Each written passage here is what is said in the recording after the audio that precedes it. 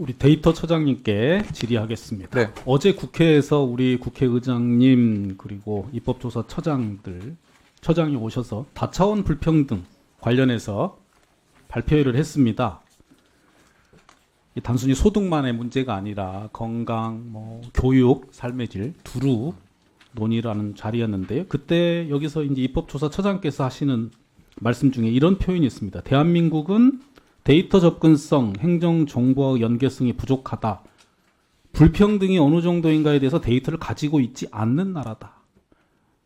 왜냐하면 불평등을 해소하려는 정책 목표를 가지고 있지 않고 그 정책 목표를 수립하기 위한 기본적인 현상도 수집할 수 없는 수준이다.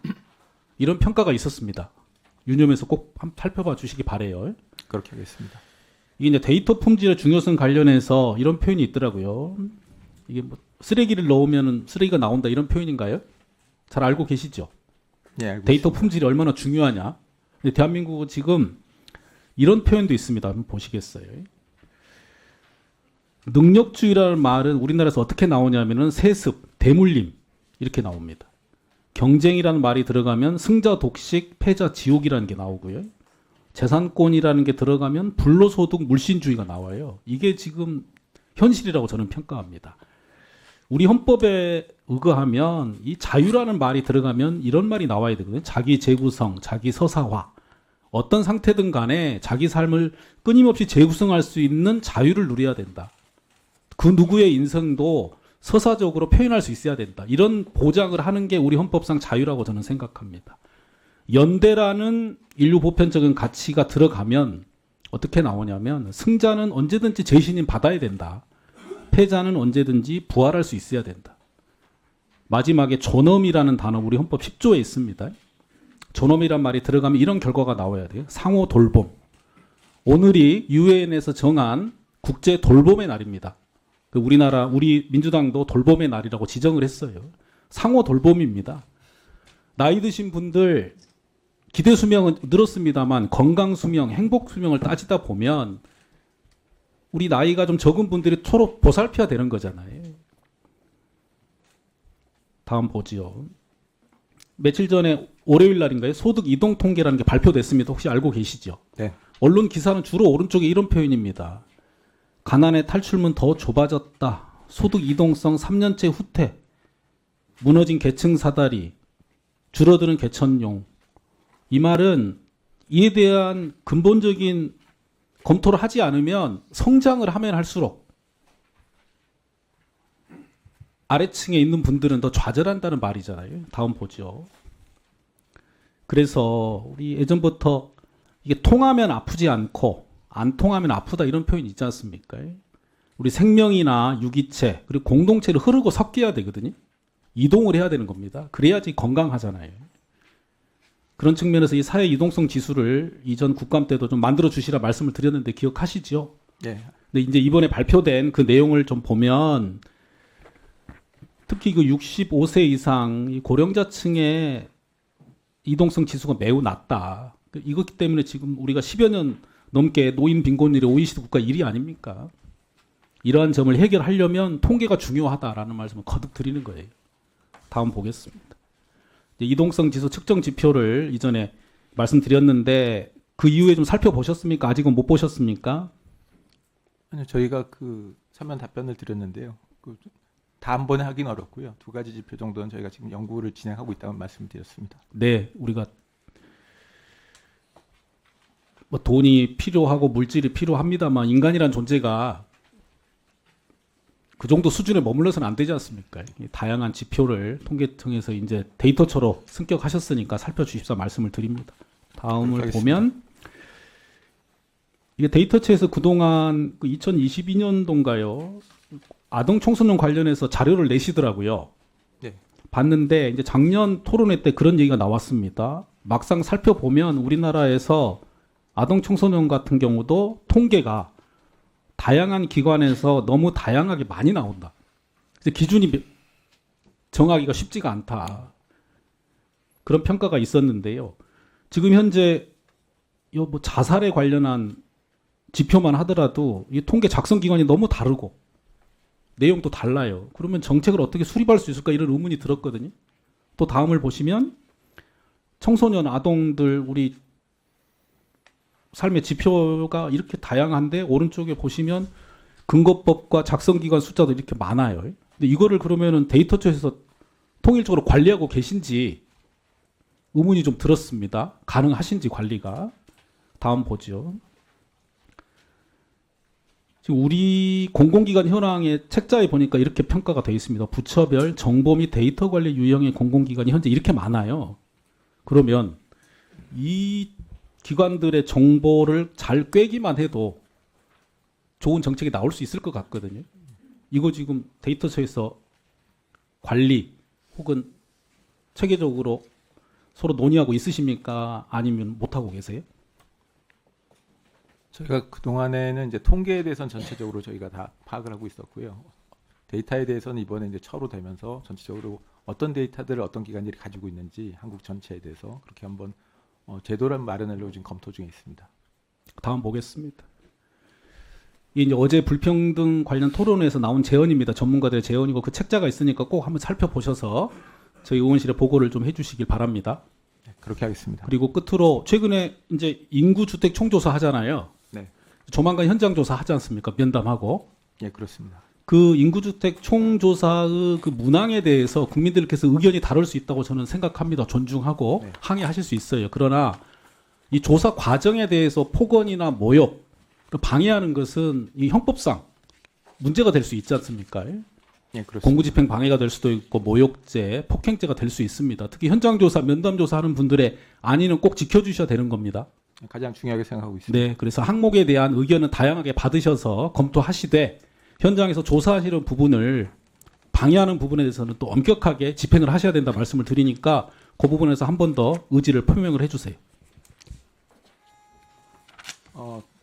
다시 한번 말씀드리지만 그 조사 응답도 중요하지만 현장 조사원의 안전 문제가 가장 중요하다고 생각하고 있습니다. 그렇게 진행하도록 하겠습니다. 국세청장님, 네.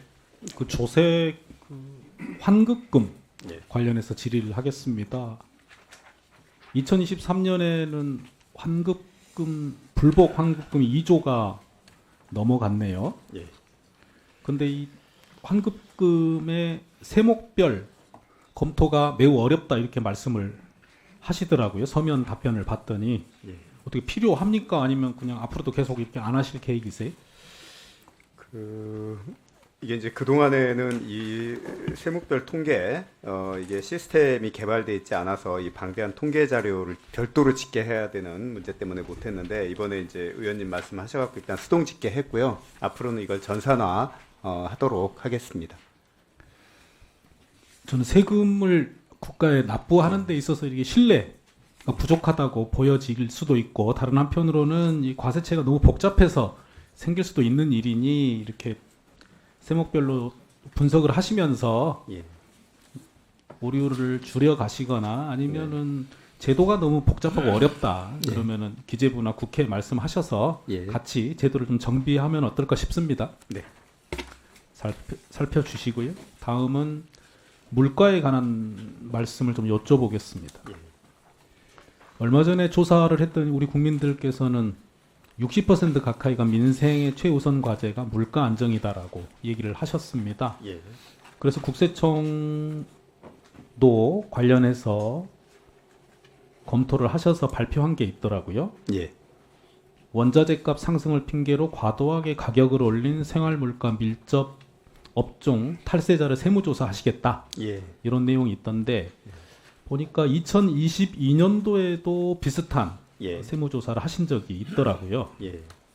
그래서 지금 이 보도자료 내실 때에 비해서 한 달 정도 지났는데 예. 어느 정도 성과가 있으셨는지 우선 말씀을 좀 듣겠습니다.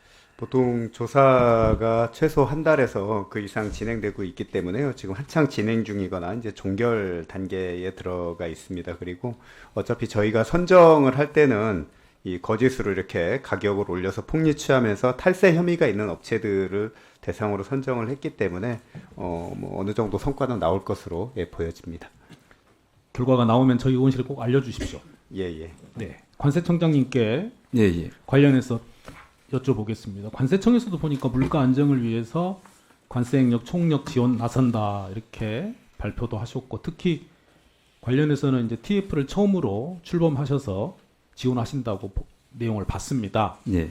그래서 현재 어느 정도 추진하고 계시고 앞으로 목표가 어떠신지 우선 말씀을 좀 듣겠습니다. 예, 의원님 말씀 주신 대로 저희 관세청도 물가 안정에 역할을 하기 위해서 그 청장이 TF 팀장을 해서 우리가 할 수 있는 최대한의 노력들을 하고자 합니다. 통관 단계 그 비용 절감이라든지 그리고 물가 안정 품목에 대한 신속 통관 그리고 국내 그 부정 유통되는 행위들에 대한 단속 그리고 그 수입 통관 데이터 분석을 해서 공개를 확대하는 이런 부분들을 실질적인 성과를 내도록 그렇게 노력하고 있습니다. 네, 청장님이 최초로 이게 관세청에서도 TF까지 만들어서 물가 안정을 애쓰시기로 하셨으니까요. 관련해서 필요한 게 있으면 언제든지 말씀해 주시고 저희 의원실에도 보고를 관세청에서 해주시길 예, 부탁드립니다. 적극 제도 개선하겠습니다. 네, 이 대통령께서도 이 민생 안정이라는 게 결국 물가 안정이다 이렇게 말씀을 하셨고요. 아마 오래된 얘기인 것 같습니다. 예전에 중국에서도 아마 어느 정치인이 맹자한테 물어보니까 이제 유항산 해야지 유항심 할 수 있다. 무항산이면 무항심한다. 항산이라는 게 결국 재산이 어느 정도 있어야 된다 이렇게 해석을 하는 것 같은데 요새로 따지면 아마 주거가 있고 일자리가 있고 그 다음에는 물가가 안정돼야 된다는 뜻인 것 같습니다. 그래야만이 항심, 올바른 마음이 있을 수 있다는 취지니까요. 그리고 물가 안정이라는 부분은 우리 역대 정부에서도 정말 많은 일들을 하시고 애를 썼습니다만 쉽지 않은 일이라 요새는 생산부터 소비 단계까지 전 과정에서 우리 공공에서 할 수 있는 일을 다 해야 될 것 같습니다. 그래야니 많이 국민들께서 항심을 품고 본인의 자유를 누리시고 행복을 추구할 수 있는 거 아니겠습니까? 그래서 우리 한국은행 총재님께서는 늘 크게 신경 쓰십니다만 우리 관세청장님과 국세청장님도 관련해서 애써 주시길 부탁을 드리겠습니다. 예, 그렇게 하겠습니다. 예, 열심히 하겠습니다. 조달청장님, 네, 국가를 당사자로 하는 계약에 관한 법률에 근거한 국가 계약 예, 성격이 사법상 계약 맞습니까? 예, 그렇습니다. 예전에 조달청에서 고려대 학교하고 같이 발주한 집행정지 중인 부정당 업자에 대한 효과적인 대응 방안 연구 혹시 보셨죠? 네, 연구 용역 한 바 있습니다. 거기 보니 이렇게 나와 있네요. 이 국가계약의 자율성에서 입찰 참가 자격 설정과 낙찰자 결정의 폭넓은 자유가 인정됨. 근데 최근에 오늘 그 국토부에서 예, 철도 관련 납품업자에 관한 게 논쟁이 된 거 혹시 들으셨어요? 확인을 못했습니다. 화면 한번 보시죠. 예, 철도 차량 지연 납품사 관련해서 문제가 좀 있었습니다. 보니까 금액도 상당하고 이게 철도 안전에 관련된 문제인데 예, 그래서 감사원 감사를 해야 되느냐 아니면 내부 감사만 하면 되느냐 이렇게 논쟁도 있었나 봅니다. 다음으로 계속 넘겨주세요. 이제 집행정지 관련해서 계속 말씀이 나오는데 저는 언뜻 이해가 안 되는 게 정부가 이 소위 부적절한 업체에 끌려다녀서는 안 될 텐데 왜 이렇게 계약을 해서는 안 될 계약을 자꾸 하는 어떤 절차나 규정이 있는 거 아닌가는 걱정이 좀 돼서요. 일반 사기업 같으면은 안 할 계약들을 끌려다니면서 하는 거 아닌가 이런 생각이 들거든요. 그럴 지금 여지는 없는 겁니까? 규정상 어때요? 저희가 제재 처분을 하거나 하면 이제 집행정지를 통해 가지고 그 제재 처분이 없었던 것과 같은 상태를 만들고 이제 입찰에 참가하는 그런 경우들이 이제 계속해서 발생이 그러면은 되고 있습니다 지금. 일반 사기업 같은 경우는 그렇다 하더라도 계약 안 하면 되는 거 아닌가요? 폭넓게 국가가 국민의 안전을 위해서 또 제품의 질 그리고 그 외에도 다른 업체들이 무수히 많을 텐데 네. 그 업체들과 꼭 계약을 해야 되는 게 왜 그렇게 되는지 잘 모르겠어요. 그러나 지금 집행정지라고 하는 제도가 행정소송법상에 일단 그 재판 청구권의 일종으로 보장이 되어 있는 상태라서 그 부분은 저희가 존중을 해줄 필요가 있다라고 하는 새롭게 측면에서 계약 체계를 하는 데 있어서 예. 계약 안 할 수 있는 거 아닌가요? 자기랑 계약하고 있는 사람이랑 아니면 회사랑 다시 계약은 일반 사인이라면 잘 안 하거든요.